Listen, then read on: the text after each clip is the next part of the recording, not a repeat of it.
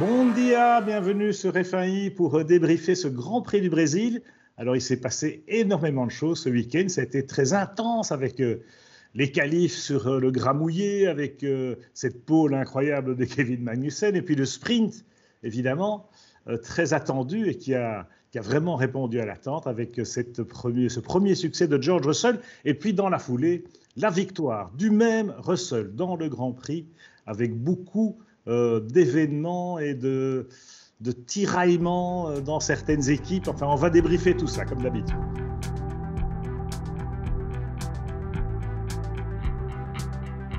Alors, quand on dit « au secours, Mercedes revient », on est bien content, tout de même.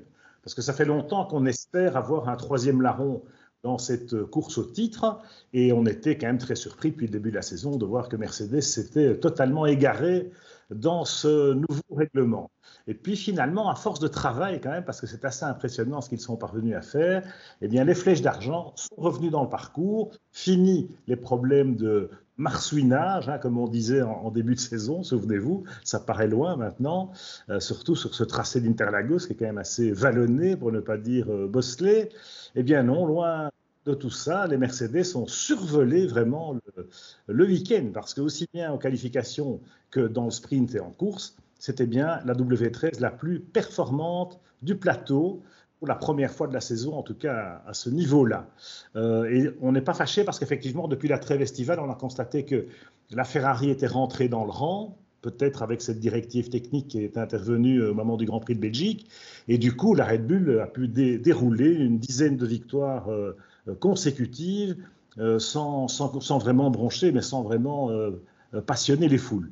Eh bien là, ça y est, avec Mercedes dans le parcours, on a un match à 3 et peut-être à 2, puisque Mercedes remplace Ferrari en quelque sorte. Mercedes, en tout cas, est passé devant Ferrari.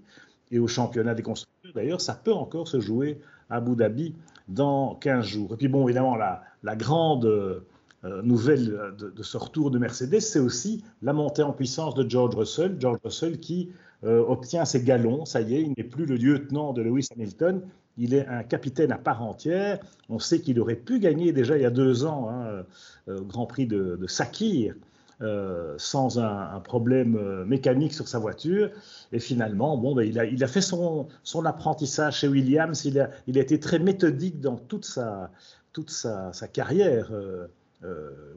Russell, c'est un intello. C'est vraiment un pilote cérébral. Et il avait d'ailleurs convaincu les gens de Williams de le prendre à l'époque en venant avec un PowerPoint pour démontrer sa progression dans les formules de promotion et pour vraiment justifier tout son palmarès et expliquer comment il y était parvenu. Eh bien, ça y est, seul maintenant est un vainqueur de Grand Prix. Et donc, ça nous fait aussi un candidat de plus pour le titre mondial l'année prochaine. Il faut le souligner. Alors, est-ce que Lewis Hamilton va gérer ça comme il l'a fait avec beaucoup de fair play à Interlagos? Sans doute, parce qu'on sent Hamilton un peu plus philosophe qu'auparavant. Alors, est-ce qu'il est prêt à lâcher le bâton de maréchal à Russell? On n'en est pas là, évidemment. Parce que si Hamilton sent la victoire à sa portée, il lâche rien. Mais ça ne valorise que d'autant mieux la performance de Russell hier, parce que c'est vrai qu'Hamilton a senti aussi qu'il pouvait revenir, malgré la touchette avec Max Verstappen dans le S de Senna au départ. Eh bien, il est revenu aussi grâce à la voiture de sécurité à la fin, mais ils ont attaqué tous les deux vraiment dans les 10 derniers tours. C'est bien que Mercedes les ait laissés faire la course, comme on dit. Ce n'était pas exactement le cas dans toutes les équipes. On va y revenir.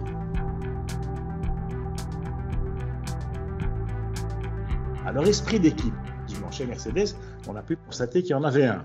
Et qu'en tout cas, entre Hamilton et Russell, il y avait une volonté de coopérer et de tirer l'équipe vers le haut. On ne peut pas dire qu'il en soit de même chez Red Bull. On a vu que ça a été très, très chaud sur la fin de course avec Sergio Pérez qui se lamentait sur le fait qu'il avait besoin des points pour le championnat pilote.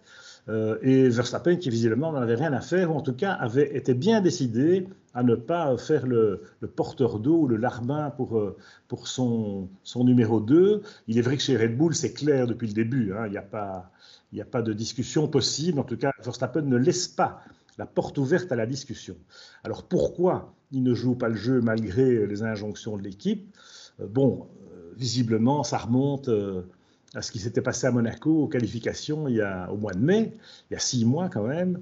Donc il a la rancune tenace, Max.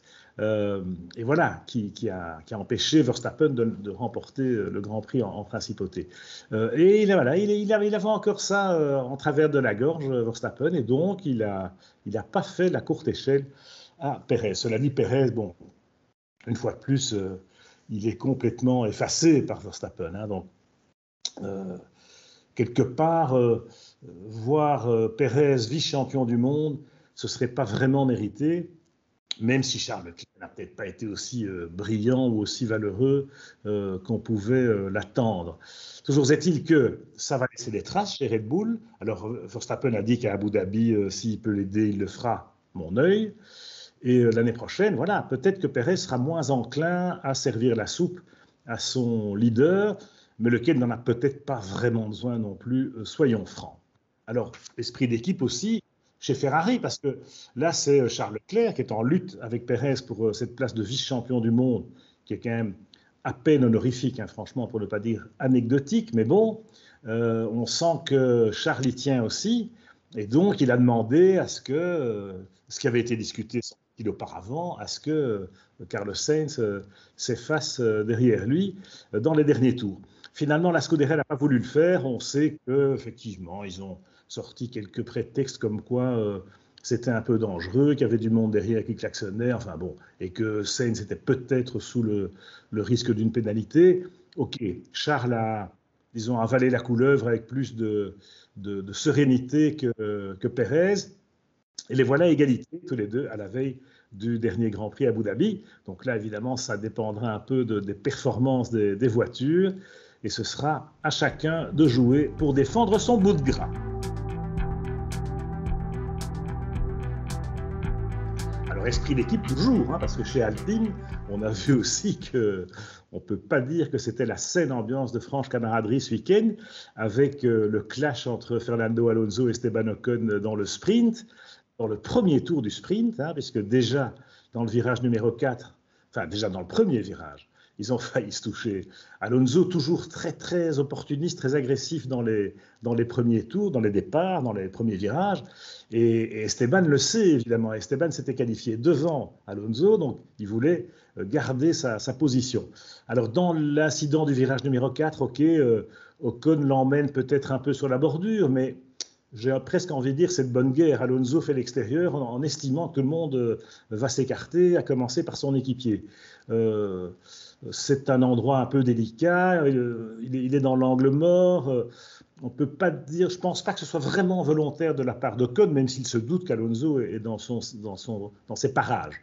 Et puis, bon, dans le virage numéro 4, par contre, là, effectivement, non pas dans le 4, mais dans la montée après le 12, dans la montée vers la ligne d'arrivée, alors là, effectivement, il y a un contact qui aurait pu être dramatique, parce qu'on est au-dessus de 300 à l'heure, c'est hyper dangereux à cet endroit-là, il y a déjà eu des cartons qui nous ont fait très peur, et là, c'est Fernando qui fait une erreur de jugement par rapport à la distance ou à la vitesse de son équipier. Alors, Ocon ne l'aide pas, hein. Ocon reste bien au milieu de la route et ne laisse pas deviner s'il va se mettre à gauche ou à droite, donc on ne peut pas dire qu'il y avait course d'équipe dans ce cas-là, c'est le moins qu'on puisse souligner. Et puis voilà, Alonso a fini par reconnaître son erreur dans cet incident particulier. Les commissaires l'avaient pénalisé. Alors ce que je trouve pas mal, c'est que chez Alpine, finalement, ils ont réussi à faire le grand nettoyage après cette catastrophe, parce que franchement, McLaren avait marqué des points pas eux, enfin bon. Et puis Otmar Zafner a fait le boulot, et visiblement les deux pilotes étaient briefés, sérieusement briefés, pour le Grand Prix dimanche. Et on a vu qu'en les mettant expressément sur deux stratégies différentes, eh bien, disons, on essayait d'éviter précisément le fait qu'ils se mesurent à nouveau côte à côte pendant le Grand Prix. Bon, ça a été chaud quand même pendant le premier tour, et par la suite, on a senti Esteban Ocon un peu frustré de voir que c'est Alonso qui allait avoir le dernier mot. Mais la question qu'on pose, donc, c'est Alonso va-t-il manquer à Alpine? Évidemment qu'il va manquer à Alpine, parce que quand on voit la course d'Alonso ce dimanche à Interlagos, c'est vraiment l'étalage de toute sa classe, de tout son talent. Il va chercher une 5e place dans le cul des Ferrari, si vous me permettez l'expression, et devant 2 Red Bull, avec une Alpine. Bon, quand même, c'est exceptionnel.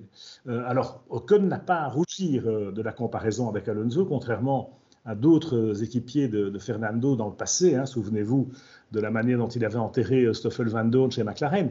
Mais Esteban était devant en qualif, encore là, et régulièrement cette saison. Esteban est devant Fernando encore au classement du championnat en nombre de points. Alors on peut discuter sur la fiabilité qui a été plus ou moins mal répartie entre les deux hommes, mais Esteban Ocon, en tout cas, a montré qu'il avait le niveau. Maintenant, avec Pierre Gasly l'année prochaine, on espère, on prie pour que les talents de diplomate de Mars Afnoer s'expriment à nouveau et qu'entre les deux hommes, eh bien, il y ait vraiment la paix des braves, parce qu'Alpine va en avoir besoin. Cela dit, Alonso a mis la barre très très haut. Et on peut se demander si aussi bien Esteban Ocon que Pierre Gasly vont parvenir à ce niveau de performance-là en 2023. Voilà ce qu'on pouvait dire de ce Grand Prix. Encore 1000 choses à dire, mais on y reviendra évidemment la semaine prochaine, puisqu'on est déjà à Abu Dhabi pour la finale du championnat sur le circuit de Yas Marina dimanche prochain. Rendez-vous donc lundi pour notre dernier débriefing de la saison. Bye.